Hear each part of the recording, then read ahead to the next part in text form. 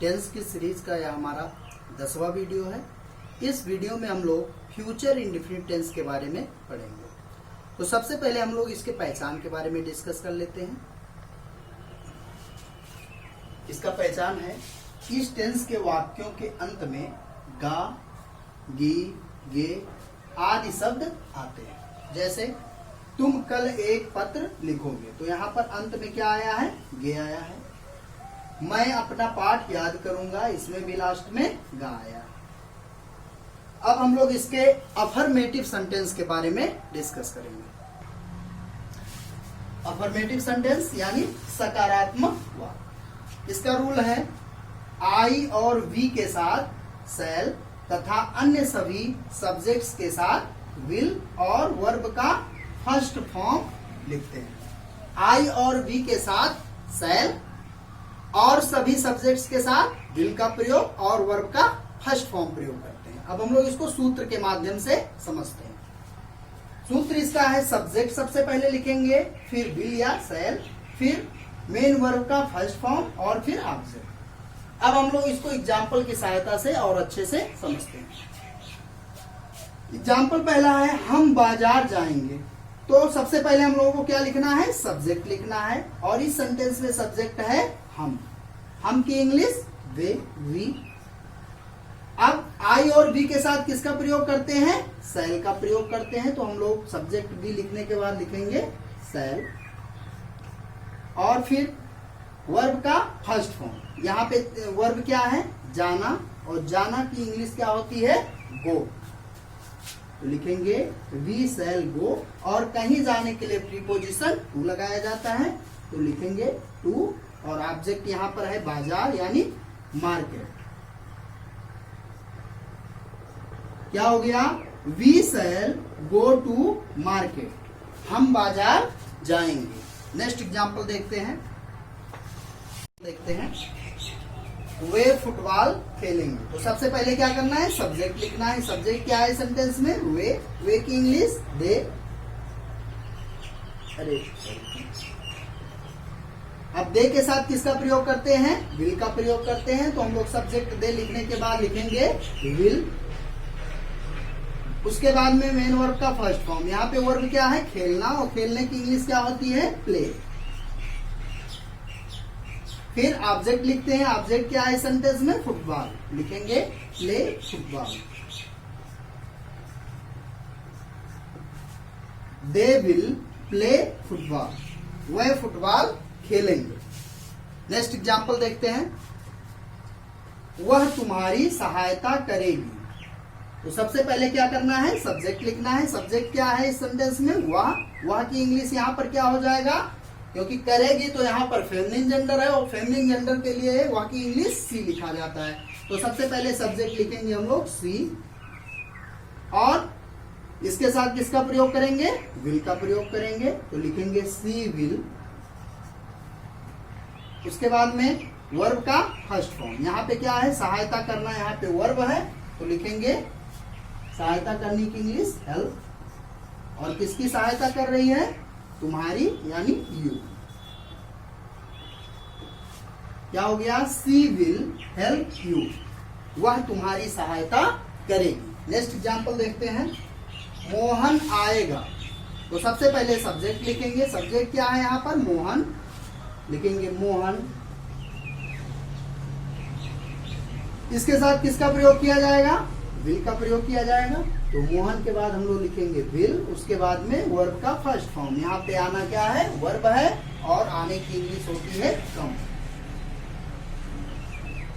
Mohan will come. Mohan आएगा। अब हम लोग इसके रूल 2 को देखते हैं। रूल 2 में है, यदि वाक्य से इच्छा, विश्वास, आदेश, संकल्प, धमकी, वादा आदि प्रकट हो तो आई और वी के साथ विल का प्रयोग तथा अन्य सभी सब्जेक्ट के साथ शैल का प्रयोग करते हैं। जैसे वे यह काम अवश्य करेंगे। तो इस सेंटेंस में क्या दिखाई दे रहा है? इसमें क्या दिखाई दे रहा है? इस वाक्य में संकल्प का बोध हो रहा है। तो सबसे पहले हम लोग क्या करेंगे, सब्जेक्ट लिखेंगे। इसको ट्रांसलेट करने के लिए सब्जेक्ट क्या है, वे, और वे की इंग्लिश होती है दे। अब यहाँ पे नियम क्या कह रहा है कि आई और वी के साथ विल और बाकी सभी सब्जेक्ट के साथ शैल का प्रयोग करते हैं। तो हम लोग दे के साथ किसका प्रयोग करेंगे, यहाँ पर शैल का प्रयोग करेंगे, दे शैल। अब वर्ब का फर्स्ट फॉर्म, यहाँ पे करना क्या है, वर्ब है, और करने की इंग्लिश होती है डू। फिर दिस वर्ब,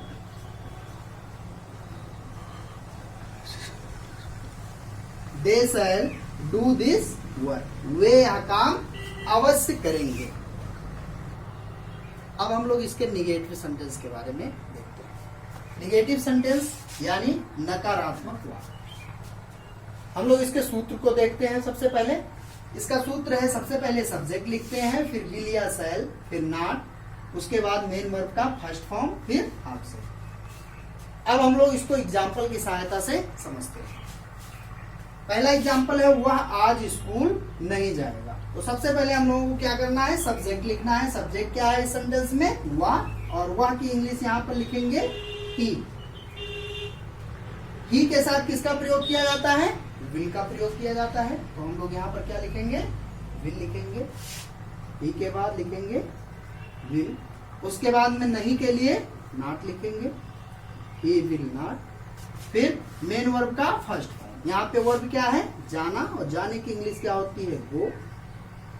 फिर ऑब्जेक्ट, कहाँ पे जा रहा है, ऑब्जेक्ट क्या है, स्कूल। तो कहीं जाने के लिए प्रीपोजिशन टू लिखने के बाद लिखेंगे हम लोग ऑब्जेक्ट स्कूल। और कब जा रहा है, आज यानी टुडे। क्या हो गया, he will not go to school today, वह आज स्कूल नहीं जाएगा। नेक्स्ट एग्जाम्पल देखते हैं, राम मैच नहीं खेलेगा। तो सबसे पहले सब्जेक्ट राम लिखेंगे, राम के बाद क्या लिखेंगे, विल लिखेंगे, सहायक क्रिया। फिर नहीं के लिए नॉट लिखेंगे, उसके बाद मेन वर्ब का फर्स्ट फॉर्म, यहाँ पे वर्ब क्या है, खेलना, और खेलने की इंग्लिश होती है प्ले। और क्या खेल रहा है, ऑब्जेक्ट क्या है, ऑब्जेक्ट यहाँ पर मैच है, the match. Ram will not play the match, Ram match नहीं खेलेगा। नेक्स्ट एग्जाम्पल देखते हैं, मैं टहलने नहीं जाऊंगा। तो सबसे पहले हम लोग सब्जेक्ट लिखेंगे। सब्जेक्ट क्या है, मैं यानी आई, और आई के साथ किसका प्रयोग करते हैं, शैल का प्रयोग करते हैं। तो लिखेंगे आई शैल, फिर नहीं के लिए नॉट लिखेंगे। फिर वर्ब का फर्स्ट फॉर्म, यहाँ पे जाना क्या है, वर्ब है, जाने की इंग्लिश गो। उसके बाद में वर्ब, फॉर ए वॉक।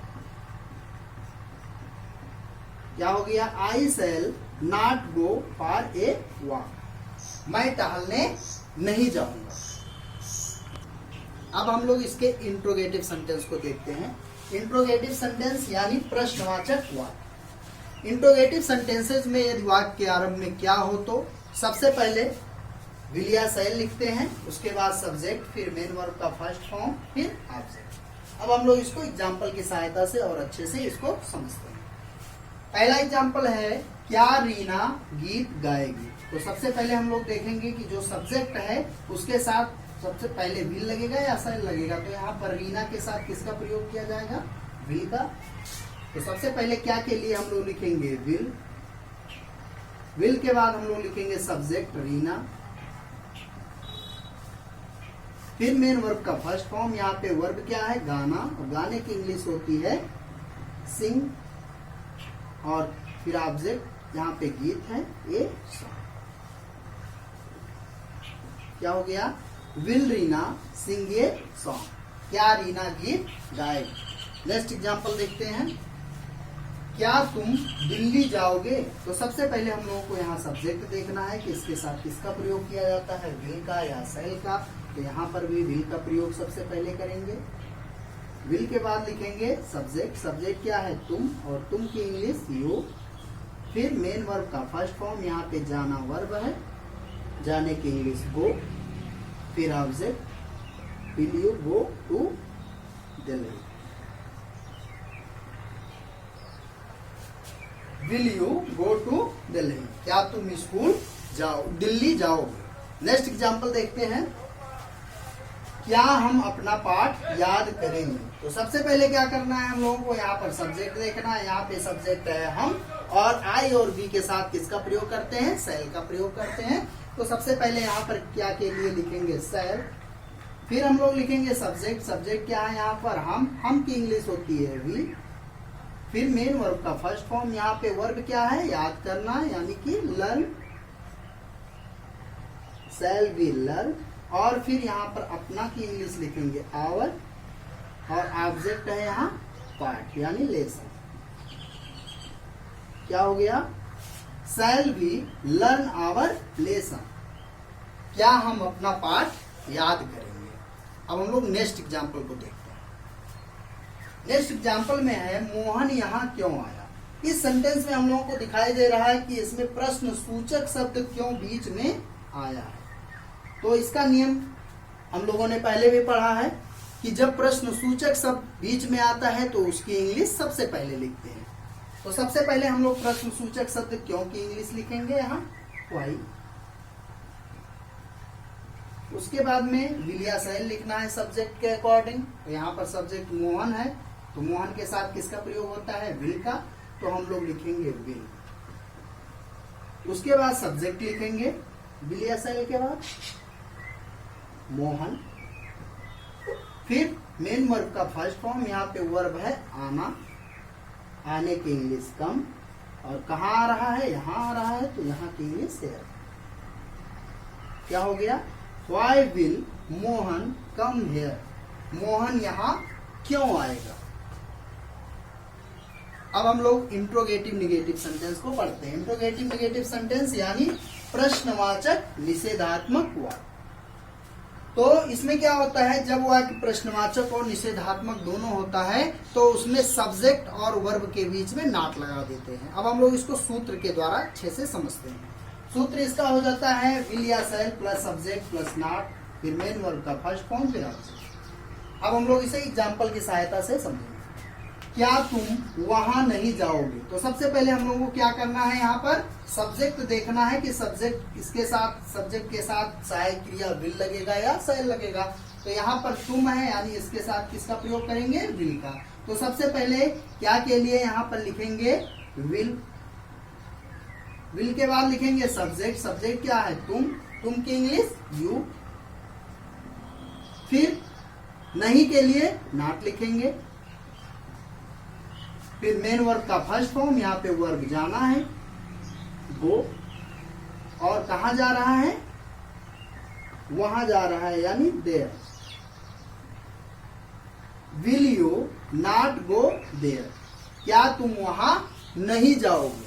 अब हम लोग इसके नेक्स्ट एग्जाम्पल देखते हैं। हम अंग्रेजी क्यों नहीं पढ़ेंगे। तो इस सेंटेंस में हम लोगों को प्रश्न सूचक शब्द बीच में दिखाई दे रहा है, क्यों। तो सबसे पहले प्रश्न सूचक शब्द की इंग्लिश लिखते हैं। प्रश्न सूचक शब्द क्यों की इंग्लिश लिखेंगे सबसे पहले व्हाई। उसके बाद हम लोग सब्जेक्ट देखेंगे, सब्जेक्ट के साथ विल का प्रयोग किया जाता है या शैल का प्रयोग किया जाता है। तो यहाँ पर सब्जेक्ट हम है और इसके साथ किसका प्रयोग किया जाता है, शैल का। तो व्हाई के बाद हम लोग लिखेंगे शैल। फिर सब्जेक्ट लिखेंगे, सब्जेक्ट हम यानी वी। उसके बाद में नहीं के लिए नॉट लिखेंगे। फिर मेन वर्ब का फर्स्ट फॉर्म, यहाँ पे वर्ब क्या है, पढ़ना, पढ़ने की इंग्लिश रीड, और ऑब्जेक्ट क्या है यहाँ अंग्रेजी यानी इंग्लिश। क्या हो गया, why shall we not read English, हम अंग्रेजी क्यों नहीं पढ़ेंगे। आई होप आपको ये टेंस अच्छे से समझ में आया होगा और इसके ट्रांसलेशंस बड़े ही आसानी से कर पा रहे होंगे। Thank you.